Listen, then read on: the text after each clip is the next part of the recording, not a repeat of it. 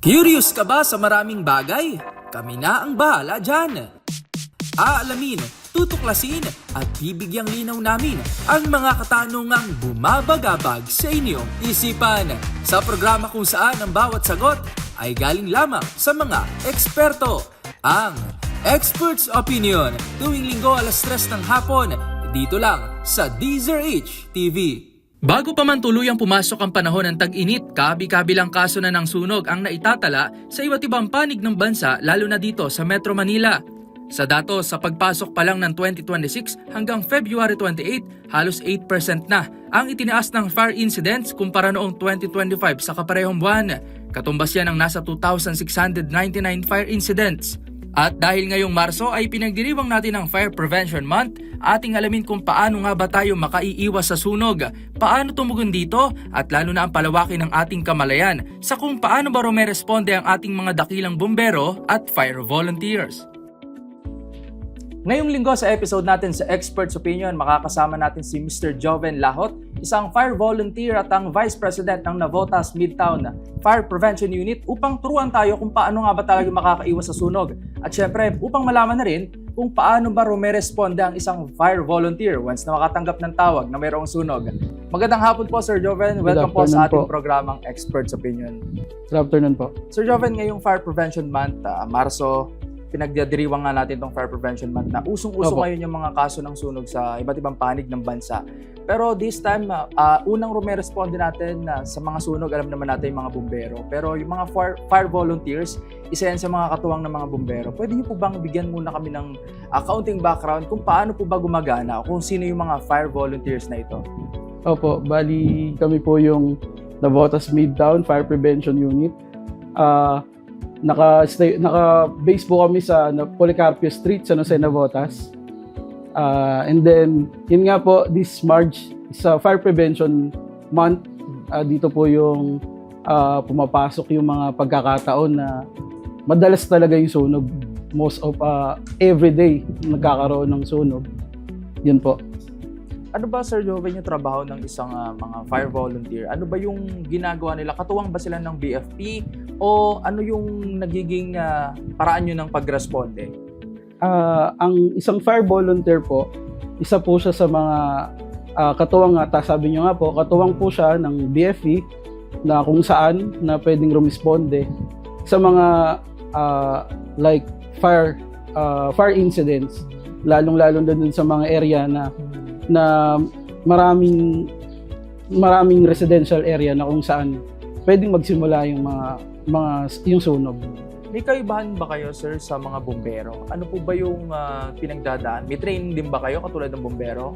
Paano Opo, pagkakaiba? bali sa aming grupo po, meron po bago po pumasok sa aming grupo, talagang inaano po namin na magkaroon ng basic training, basic firefighting, na kung saan po tinuturo dito kung paano gumamit yung mga gamit ng isang bombero, and then kung paano gumalaw sa operation, like fire operation. Pinapakita din po dito na kung paano rin po ang tamang pagkilos na kung nasa fire operation po tayo. Kumbaga, Sir Joven, standard pa rin yung ginagawa ninyo, Yes po. under BFP? Opo, under BFP pa rin po. Ano ba yung kahalagahan, Sir Joven, ng pagiging isang fire volunteer? Para sa amin po, yung kahalagahan ng pagiging fire volunteer, isa din po ito yung makakatulong sa community, like small community sa barangay. Pwede po siyang yun yung magiging first responder ng barangay. Yun po yung number one na namin, is yung area of responsibility namin.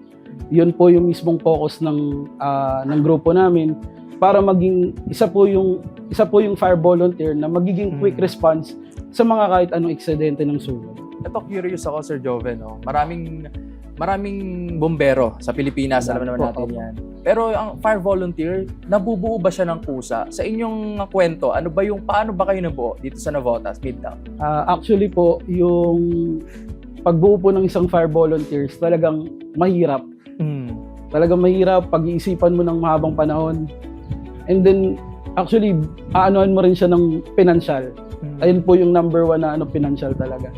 Pero ang aim lang naman po namin dito is yung passion namin na kung saan makatulong kami sa iba, makatulong kami sa community namin, makatulong kami sa mga kalapit naming residente, and also maano yung fulfillment sa sarili namin na as a fire volunteer, meron kami nagagawa sa community. Kumbaga, nabuo kayo dahil sa passion nyo lang na Yes gustong po. tumulong. Opo. Okay, as of now ba, Sir Joven, ilan na ba yung members nyo dito sa Sa Navotas Midtown po, nasa 20 plus kami. Most of members namin puro lalaki. Pero ito, Sir Joven, nabanggit na nga natin yung pagpasok ng 2026, napakarami na agad na naging cases ng sunog. Opo. Especially nitong nagdaang New Year. So, isa rin yun sa mga nire-respondehan nyo. Pero sa tingin nyo ba, Sir Joven, ano yung mga critical months na talagang kailangan ng isang fire volunteer? Anong buwan talaga? Bali, under po sa ang pinaka po na month na napakaraming sunog, yung March. Ito po yung tinatawag nilang Fire Prevention Month. Dito po pumapasok kasi yung yung nag-i-start yung panahon ng tag-init. Dito po nagkakaroon ng cycle na talagang yung init, sobrang init. Doon po nag-i-start yung burning ng mga doon nag-i-start talaga yung sunog. Opo. Pero dito ba tuwing Marso natin ipinagdiriwang na, Sir Joven, sa Opo. pagkakaroon ng sunog, ano po ba yung pinaka most common na causes na based on your experience? Most common po yung mga katulad sa loob ng bahay, yung mga electric wirings. Yun po yung number 1 na nagiging cause ng sunog. Yung mga nagbubuhol-buhol na part ng mga wire sa loob ng bahay, extensions, yung mga cord na naghihiwala, yun po yung mga number 1 nagiging cause ng sunog. Ano pa, Sir Joven? And then number 2 yung mga naiiwang kandila sa loob ng bahay, yun po. Especially pag brown out. Yes po, opo. And then yung mga pinaglalaroan na posporo, lighter, yun po yung mga possible na nagiging cause ng sunog po. Yun po.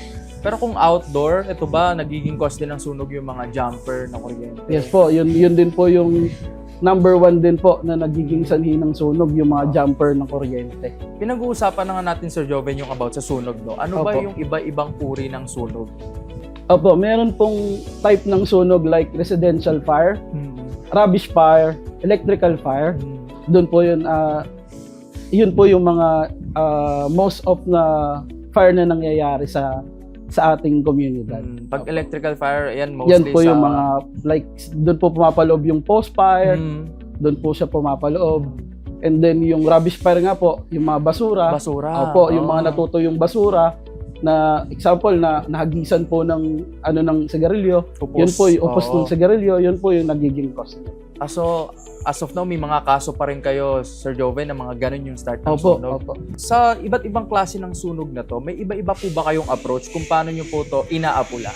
Yes po, nagbe-base po kami sa mga tawag na galing sa aming communication, sa aming mother communication. Nag-start po yan, magtutunog po yung alarm, and then they, shout po ng location, and then you need to verify po yung yung fire. Yun po yung first na mangyayari doon. Lalabas po yung location, and then yung verification po. And then the next po, yun yung magbe-verify kung positive po ba yung sunog, kung ano po ba yung nasusunog, residential area. And then doon lang po, after po nun, pagka na po yung BFP, like doon lang po kami magbe-base ng alarm. Sa sunog lang ba talaga may responde ang mga fire volunteers? Actually, any kind of disaster po, pwede po kaming pumunta. Like example po, last time meron pong nangyaring flood incident po dito, disaster sa aming lugar, sa aming barangay. Isa po yung aming grupo, kasama po ng ibang grupo na nag-joint team po kami para maging part nung rescue operation na po yun. So, hindi lang talaga pang fire ang Hindi mga po, fire opo. volunteers. So, any disaster response Yes po. or any rescue missions, kasama pa rin kayo. Opo. Isa rin kayo sa may responde. Pero, may status po ba na inaalam kayo or ng BFP bago rumesponde o bago sila humingi ng tulong? May mga alarm status po ba kayo na Yes kailangan nandun na rin kayo? Opo, meron din po talagang ganong incident. Pero as sa amin, sa part namin sa fire volunteer, nagbe-base po kami sa tama po sa alarma. And then nagbe-base po kami dun sa lugar kung saan po yung malapit. Example po, like nag-positive alarm po, pwede po kaming lumabas ng area agad ng Malabon, pwede po kaming lumabas po agad ng area ng Caloocan, ditong South Caloocan. Example, Tondo area, pwede po kaming lumabas. Magbe-base lang po kami kung ano po yung alarma na ibibigay ng BFP. So ano yung difference niyo, sir, sa mga BFP? Ang fire volunteers, all around kayo, kahit saan kayo dalhin? Opo, bali ang fire volunteer po, ang tinatawag na po nila yan, strike anywhere po. Opo, kahit saan po, mapa anong lugar, mapa malayo, malapit, pwede po kaming lumabas. Pwede po kaming pumunta sa mga karatig bayan po namin. Kumbaga, isa rin kayo talaga sa best friends ng mga bumbero Yes natin, po, sir. opo. Pero pagdating naman po sa mga pagre-rescue, ito nababanggit na nga po natin, sapat rin ba na training na pinagdadaanan ng mga fire volunteers bago kayo mag-conduct ng isang rescue mission? Yes po, meron po kaming mga seminars. Then meron po kaming may mga basic training po kami na ginagawa, basic firefighting po na ginagawa. And then nagre-relay din po kami ng certification coming from BFP also. Para po ma-justify po na as a volunteer, doon po mabe-base yung kakayahan po namin. Acknowledge po ito ng BFP, ng LGU, local government ng Navotas. Doon din po yun naka-base po lahat. Sir Joven, balik tayo sa usapang sunog pa rin, no? Sa pag-responde ninyo. Once na magkaroon ng sunog, ano po ba muna ang dapat na gawin? Or kahit hindi ninyo, ng isang tao, ng ordinaryong Pilipino, kapag nagkaroon ng sunog, ano po ba yung dapat nilang tandaan? Ang una pong dapat gawin, maging kalmado po tayo. Kalmado, and then i-report po natin sa malapit na, example, barangay, kung saan po malapit na pwede nating kontakin. Ang pinaka po dyan, yung mga barangay po, tawagan natin na pwedeng makakontak ng bombero na pwedeng makapag-responde agad. Kayo bilang isang fire volunteer, ano po ba yung pinanguhugutan ninyo sa pagsali nyo rito and of course sa pagstay? Actually, wala naman po kami ibang goal. Ang amin lang po sa maging part ng community, makilala kami ng community na as a group na pwede kaming tumulong, pwede kaming responde kahit saang bagay, kahit anong disaster na pwede namin gawin. Sabi ko nga po sa inyo kanina, ano lang po ito, passion lang po namin ito, na pwede kaming makatulong sa komunidad. Ito na lang po yung magiging share namin sa community, kumbaga sukli namin sa community na makatulong sa kanila. Ano ba yung malaking hamon sa inyo ngayon? Sa amin po, ang pinakamalaking hamon lang naman is yung equipments, yun po. And then funds, sometimes hindi naman po araw-araw yung pondo natin malaki, may napagkukunan. Pero sa tulong po ng isa, sa pagsasama-sama ng lahat, nabubuo po yun. At continue pa rin po yung aming pagtulong. Para sa inyo, Sir Joven, madali ba o mahirap ang magiging isang fire volunteer? Sa totoo lang po, para sa akin, mahirap yung pagiging fire volunteer. Kasi sa pagiging fire volunteer po, wala po kayong makukuhang kahit anong financial or talagang may pa talaga na ikaw yung mismong maglalabas ng sarili mong pera para lang makaano ka ng mga gamit, maka-provide ka ng sarili mong gamit, makapag-share sa grupo, ganun po. Pero kalaki po nun, yung fulfillment na nararamdaman namin, mas po yun. Yun na po yung nagiging sukli kung ano po yung mga nagiging nailalabas namin sa aming grupo. Of course, sa iba nyo ring mga kagrupo, ganito rin yung fulfillment para sa kanila. Yes po, opo. Ayan, maraming salamat po, Sir Joven, sa pagbabahagi po ninyo sa amin ng trabaho kung ano ba yung ginagawa na isang fire volunteer, paano tayo makakaiwas sa sunog, mga basic steps. Pero this time, sa ating pong pagbabalik, malalaman naman po natin kung ano ba yung ginagawa talaga ng isang fire volunteer once na makatanggap o maka-receive ng isang radio call na meron ng sunog. Paano ba sila rumeresponde at ano yung mga basic steps na ginagawa nila? At mamaya makikita natin yan. Kasama ko rin syempre si Sir Joven at ang kasama niyang team sa Navotas Midtown Fire Prevention Unit.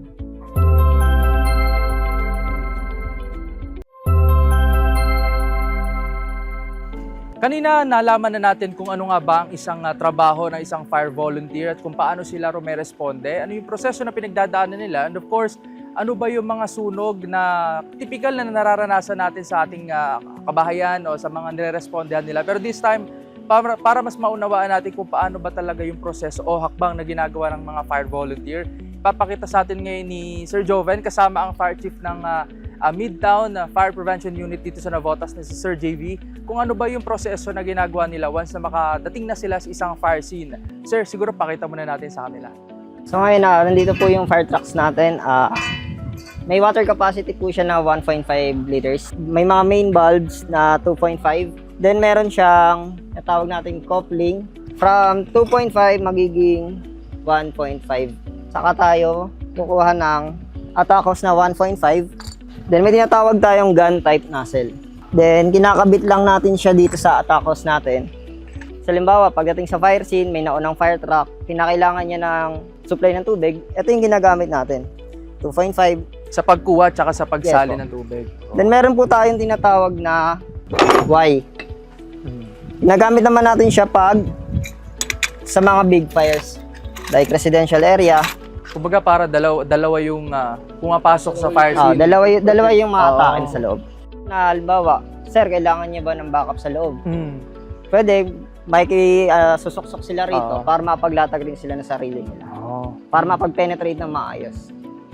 Then meron din tayong tinatawag na spanner. Siya yung pinanghihigpit natin dyan para secure yung pump operator natin. Bakit po? Kasi once na tumalsik po yung mga equipment natin dito, may chance na ma-aksidente po yung pump operator. Kasi malakas yung pressure. Sobrang lakas ng pressure. Then next, sa equipment po natin, PPE, personal protective gear. Meron po tayong fire boots, protective sa paa natin. Then fire pants para sa kita, binte.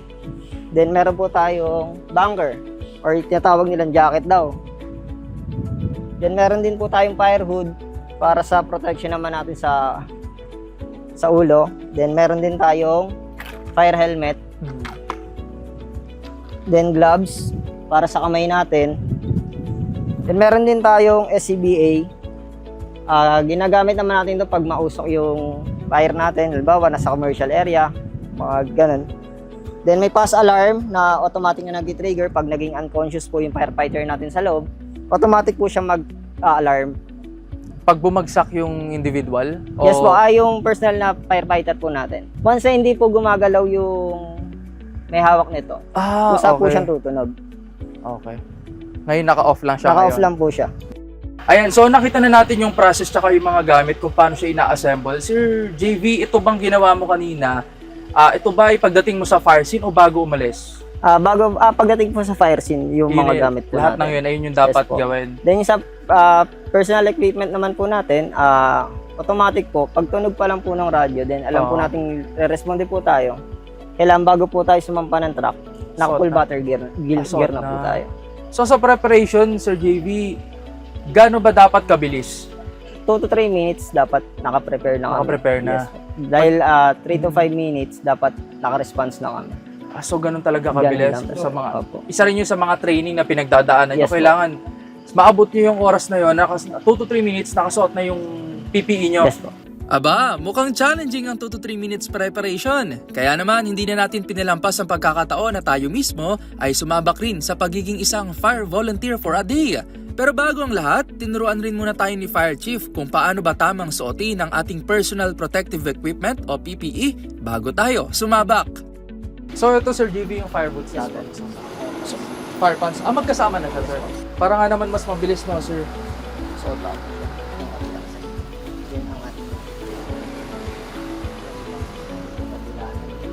ay, piso pa rin.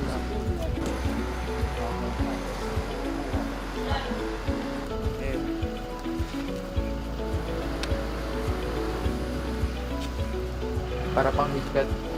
Next natin ang bunker. Bunker yung tawag.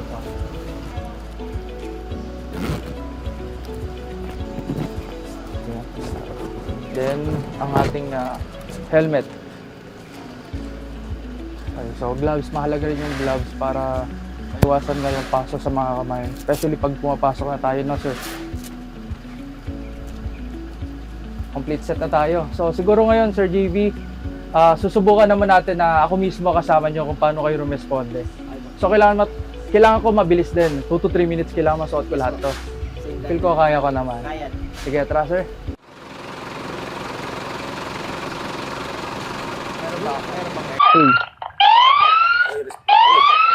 Sunog ah.